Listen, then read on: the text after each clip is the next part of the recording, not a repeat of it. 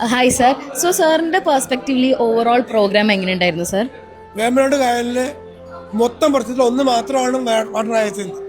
അത് ജലമലിനീകരണം, വെള്ളം കയറി വരുന്നത്, അതുപോലെ കായലിൽ വൃത്തി കുറയുന്നത്, ആഴം കുറയുന്നത്. അതുപോലെ ഒന്നാണ് കുളവാഴ. കുളവാഴ ഒരു മെനൈസ് അല്ല, അതൊരു അനുഗ്രഹമായി മാറ്റേണ്ടതുണ്ട്. പണ്ട് ചകിരിച്ചോറ് ഇതുപോലെ ഇരുന്നു. ചകിരിച്ചോറൊക്കെ വിദേശ രാജ്യങ്ങൾ കയറ്റി പോയിട്ടുണ്ട്. ആലപ്പുഴയിലാണ് കയർ വ്യവസായം കിടക്കുന്നത്. അവർക്ക് ഉപയോഗിക്കുന്നത് മുഴുവൻ സൈസിലും ജൂട്ടുമാണ്. അതിന് പകരം ഇത് ഉപയോഗിക്കാനായി പഠിപ്പിച്ചുകൂടെ? ഇതുകൊണ്ട് മാറ്റുണ്ടാക്കിക്കൂടെ? ഇതുകൊണ്ട് മനോർ ഉണ്ടാക്കിക്കൂടെ? അങ്ങനെ വന്ന് കേരളത്തിൽ അനുഗ്രഹമായി മാറില്ലേ? ഒരു മെനേജത്തിൽ അനുഗ്രഹമായി മാറ്റണം. ആ തരത്തിൽ കാര്യങ്ങൾ ചെയ്യേണ്ടതുണ്ട്. ഒന്ന്, അതിനുവേണ്ടി വർക്കേഴ്സൊക്കെ ഉൾപ്പെടുന്ന ഒരു കോപ്പറേറ്റീവ് ഉണ്ടാക്കണം. ആ കോപ്പറേറ്റീവ് നയിക്കേണ്ട ആരാണ്? വേദയാണ്. വേമ്പനാട് ടെക്കോ ഡെവലപ്മെന്റ് അതോറിറ്റി രൂപീകരിക്കണം. അതിൽ എക്സ്പെർട്സാണ് വേണ്ടത്. ഉദ്യോഗസ്ഥ മേധാവികൾ ഒഴിവാക്കണം.